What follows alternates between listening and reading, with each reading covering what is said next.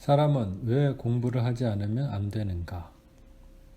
사고력을 기르기 위해서라고 말했지만 사실은 저도 그 답을 잘 모릅니다. 모르면서 공부했다고 하는 편이 더 맞을 것입니다.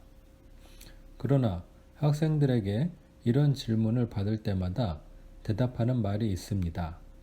여기서는 그것에 대해 이야기하고자 합니다. 인간의 두뇌는 과거의 사건들뿐만 아니라 과거에 얻은 지식도 깨끗이 잊어버리게끔 되어 있습니다. 기억한 것을 잊는 능력은 컴퓨터나 로봇에는 없는 인간 특유의 장점이며 동시에 단점이라고 말할 수 있을 것입니다. 인간 특유의 망각이 장점이 되는 경우는 많습니다. 일상생활을 해나가는데 잊어버려도 아무 지장을 초래하지 않는 사소한 일들이 기억에서 사라지지 않거나 좋지 않은 사건이나 언짢았던 일들이 잊혀지지 않는다면 사람은 틀림없이 신경쇠약에 걸리거나 심한 경우 그로 인해 정신병원에서 여생을 보내게 될지도 모릅니다. 잊어버릴 수 있다는 능력은 이런 점에서 대단히 소중한 것이라 하겠습니다. 그러면 어떤 경우에 단점으로 나타날까요? 예를 들어 고등학교 때 얻은 지식을 대학에 들어가서 잊어버리거나 대학에서 배운 것을 취직하고 나면 잊어버리는 경우 등일 것입니다.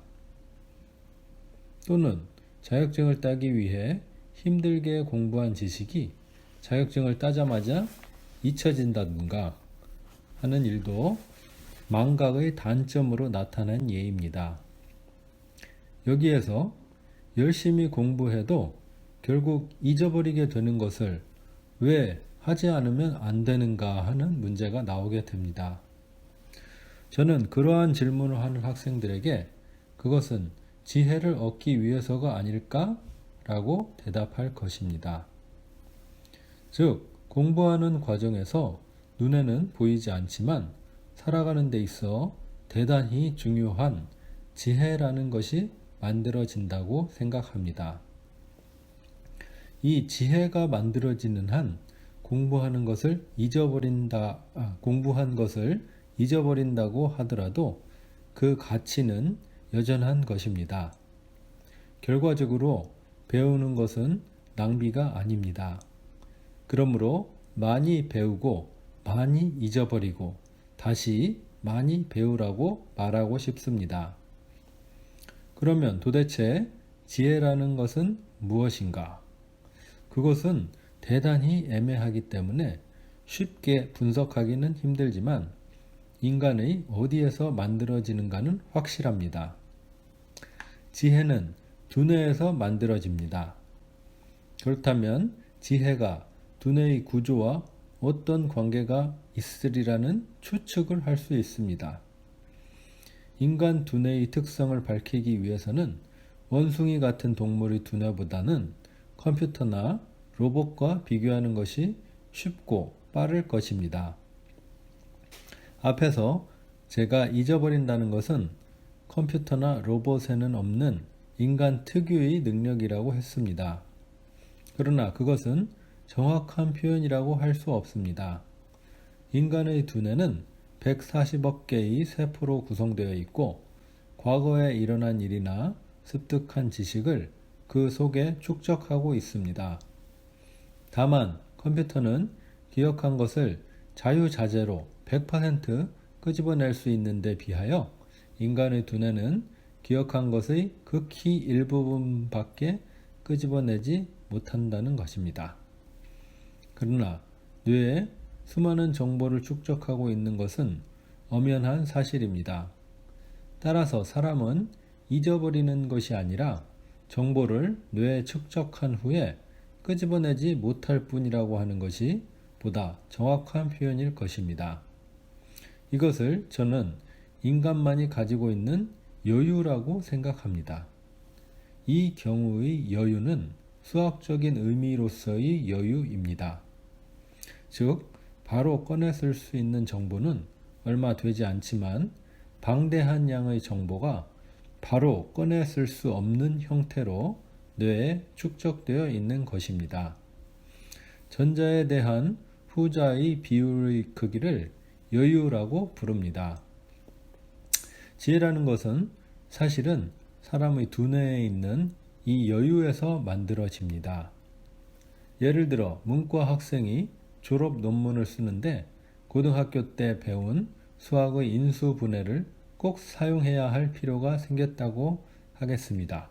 그런데 그는 그동안 문과 공부만 해왔기 때문에 인수분해를 완전히 잊어버렸습니다. 어떻게 하면 좋겠습니까? 도서관에 가서 찾아보든지 이과 친구에게 물어보든지 어떤 방법을 강구할 것입니다. 그가 인수분해에 대해서 다시 공부하자마자 아, 그렇군. 이런 거로군 하면서 옛날에 배운 것이 생각날 것입니다.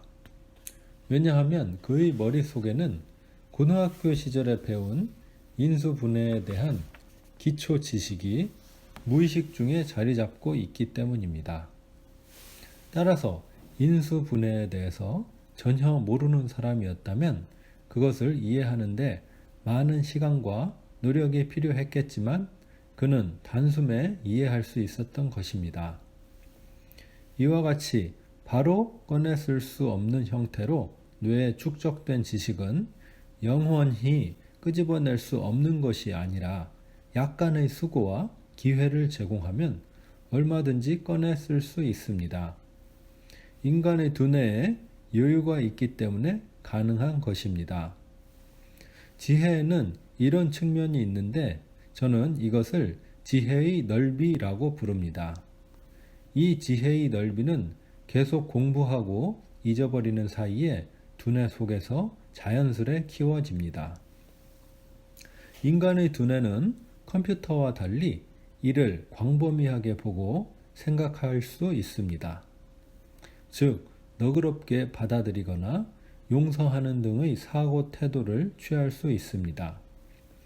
예를 들어 컴퓨터에 영화를 보여주더라도 컴퓨터는 그것을 감상하지 못합니다. 하나하나의 영상이 독립된 화면으로 보이고 연속된 장면으로 보이지 않기 때문입니다. 그러나 인간은 하나의 영상을 보면 그 이미지를 확실히 남기고 영상 사이의 짧은 시간을 무시하여 다음 영상의 이미지와 중첩시킬 수 있습니다. 이것은 인간의 두뇌가 어떤 때는 민감하게 움직이고 또 어떤 때는 둔하게 일을 하면서 자극에 대한 반응의 여운을 남기는 특성을 갖고 있기 때문입니다. 이처럼 인간의 두뇌는 불연속적인 것을 연속적으로 읽어낼 수 있는 능력을 가지고 있습니다. 인간의 두뇌가 가지고 있는 이 관용성은 사리를 판단할 때도 발휘되는데 그 중의 하나가 연상입니다. 문장, 특히 시나 격언 같은 것을 읽을 때 우선 그 말에서 연상되는 다른 말을 생각나는 대로 열거한 다음에 열거된 말 몇 개를 조합해서 새로운 말을 만들어 봅니다. 이렇게 한 후 원래의 문장을 다시 한번 읽어보면 더 깊고 새롭게 그 의미를 이해할 수 있게 됩니다. 이러한 연상작용도 말의 뜻과 느낌에 폭을 갖게 하는 뇌의 관용성에서 비롯됩니다. 또 연상은 여러 개의 다른 것들 사이에서 공통점을 찾아내는 뇌의 작용과도 관계가 있습니다.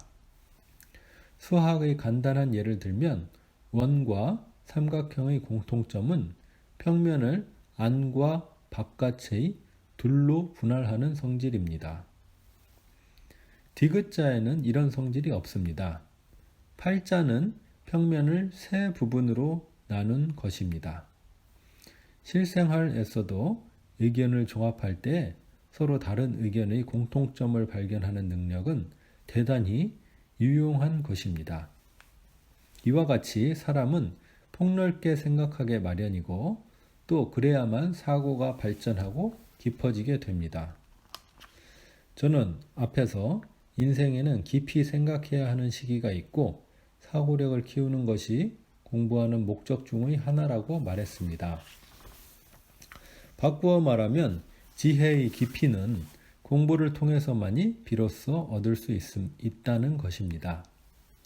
공부를 하지 않은 사람의 두뇌는 인간 특유의 폭넓은 사고의 훈련을 받지 않았기 때문에 깊이 생각하는 힘, 즉 지혜의 깊이가 키워지지 않습니다. 지혜에는 넓이가 있고 깊이가 있고 힘이 있습니다. 지혜의 힘이란 결단력을 말합니다. 우리가 인생에서 부딪히는 문제들은 퀴즈나 테스트처럼 정해진 답이 있는 것이 아닙니다. 인생의 문제는 상당한 시간을 들이지 않으면 진정한 해결이 불가능할 뿐더러 문제 그 자체의 진위조차 파악하지 못하는 경우가 많습니다. 긴 시간을 들여서 모든 것을 알아내기 전에는 아무 행동도 취하지 않겠다는 태도로는 이 세상을 살아갈 수 없습니다. 현대의학의 수준으로는 몇 %밖에 해명되어 있지 않은 어떤 난치병일지라도 의사는 눈앞에서 고통받는 환자에게 무엇인가 처방을 내려야만 하는 것처럼 쉽게 해결할 수 없는 어떤 문제에 대해서도 어느 순간에는 결단을 내리지 않으면 안 됩니다. 그리고 한 단계 뛰어넘어 앞으로 나아가는 비약을 해야 합니다. 불연속적인 것을 연속적인 것으로 유도하는 두뇌의 관용성은 비약하는 것을 비약이 아닌 것 같이 생각할 수 있게 합니다. 따라서 사람은 비약할 수 있습니다. 이것은 컴퓨터나 로봇에는 없는 인간만이 가진 능력입니다. 결단할 수 있는 힘, 어느 순간에 얏! 하고 비약할 수 있는 힘, 이러한 지혜의 힘은 인생과는 직접 관계가 없어 보이는 공부하는 가운데서 키워지는 것입니다. 지혜에는 제가 말한 것 이외에도 몇 가지 측면이 더 있을 것입니다. 어쨌든 왜 배워야 하는가 라는 질문에 대해서 저는 지혜를 닦기 위해서이다 라고 대답할 수밖에 없습니다.